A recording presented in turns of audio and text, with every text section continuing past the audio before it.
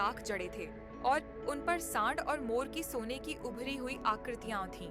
उसकी छत हरे रंग की चीनी मिट्टी की थी। उसके बाहर निकले छज्जों से टनटनाने वाली घंटियां बंधी थीं। जब सफेद फाख्ता वहां से उड़कर जाती, तो उनके पंखों से टकराकर घंटियां बज उठतीं। मंदिर के सामने साफ पानी का एक सरोवर था। उसकी पटरियां धारीदार सुलेमानी पत्थर की बनी थीं। मैं उसके पास लेट गया और अपनी पीली उंगलियों से चौड़ी पत्तियों को छुआ। एक पुजारी आकर मेरे पीछे खड़ा हो गया। उसके पैरों में 7 पीली तितलियां कड़ी हुई थीं। उसके घूंघराले बाल सुरमे से रंगे थे। थोड़ी देर बाद उसने मुझसे बात की और मेरी इच्छा पूछी। मैंने उसे बताया कि मेरी इच्छा देवता के दर्शन करने की है। देवता शिकार पर हैं। पुजारी ने अपनी छोटी छोटी झुकी हुई आंखों से मेरी तरफ देखते हुए जवाब दिया, मुझे बताओ, वह किस जंगल में गए हैं? मैं भी उनके साथ शिकार खेलूं। मैंने जवाब दिया। उसने अपने लबादे के किनारे को अपने लंबे नाखूनों से सीधा करते हुए कहा, देवता सो रहे हैं। मुझे बताओ किस पलंग पर, और मैं उनकी पहरेदारी करूं। मैंने जवाब में कहा, देवता भोज पर हैं। उसने चीख कर कहा, अगर शराब मीठी है तो मेरी उनके साथ पीने की इच्छा है, लेकिन अगर कड़वी तो भी उनके साथ पीने की इच्छा है। मेरा जवाब था। उसने हैरानी से अपना सिर झुकाया, फिर हाथ पकड़कर मुझे उठाया और मुझे मंदिर में ले गया। पहले कक्ष में मैंने मोतियों के किनारों से सजे सूर्यकांतमणि के सिंहासन पर आसीन एक मूर्ति को देखा। अबनूस की वह मूर्ति एक आदमी की थी। उसके सिर पर एक माणिक था और बालों से छूकर तेल उसकी जांघों पर टपक रहा था। उसके पैर हाल ही में बलि चढ़ाए मेमने के खून से लाल थे। उसकी कमर में तांबे की पेटी थी, जिस पर 7 लहसुनिया जड़े थे। मैंने पुजारी से पूछा, क्या यही देवता है? हाँ, यही देवता है। उसने जवाब दिया। मुझे देवता के दर्शन कराओगे नहीं तो मैं तुम्हें मार डालूंगा। इतना कहकर मैंने उसके हाथ को छुआ तो उसका हाथ मुरझा गया। इस पर पुजारी ने मुझसे प्रार्थना की, मेरे प्रभु, अपने सेवक को ठीक कर दीजिए, फिर मैं आपको देवता के दर्शन कराऊंगा। मैंने उसके हाथ पर फूंक मारी तो वह फिर से पहले जैसा हो गया। वह कांप गया और मुझे दूसरे कक्ष में ले गया। वहां मैंने बड़े बड़े नीलमों से जड़े संगैशब के कमल पर खड़ी एक मूर्ति देखी। हाथी दांत की यह मूर्ति आदम कद से 2 गुने आकार की थी। उसके माँ के अंदर जो प्यार था, उसकी शक्ति ऐसी जबरदस्त थी।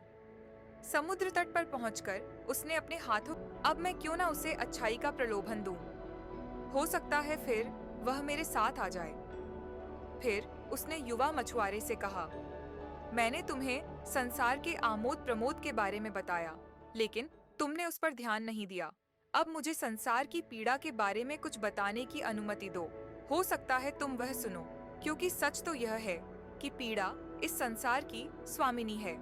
ऐसा कोई भी नहीं है जो इसके पाश से बच निकला हो। कुछ के पास कपड़े नहीं होते तो कुछ के पास रोटी नहीं होती। कुछ विधवाएं संभ्रांत परिवारों में रहती, कुछ चीथड़ों में जिंदगी गुजारती हैं।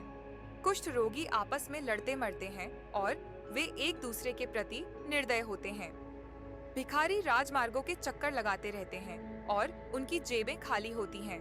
शहरों की सड़कों पर दुर्भिक्ष टहलता है और प्लेग उनके मुख्य द्वार पर बैठी रहती है।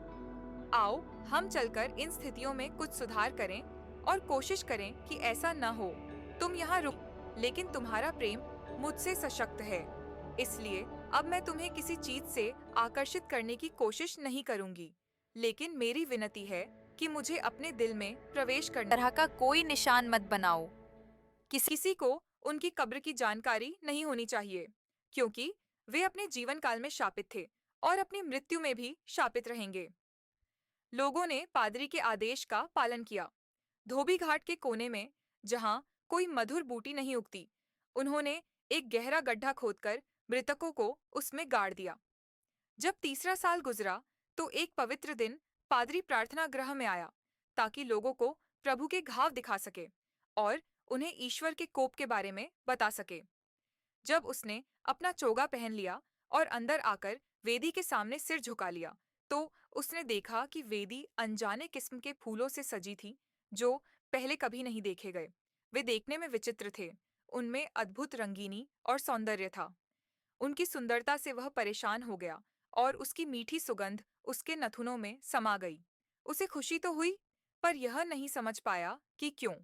जब उसने मंदिर के द्वार खोलकर उसमें स्थित प्रदर्शिका को सुगंधित कर लिया और वहां आए लोगों को उसमें रखी पवित्र रोटिका दिखाकर उसे वापस लपेटकर रख दिया, तो उसने लोगों को ईश्वर के कोप के बारे में बताने के इरादे से संबोधित करना आरंभ किया।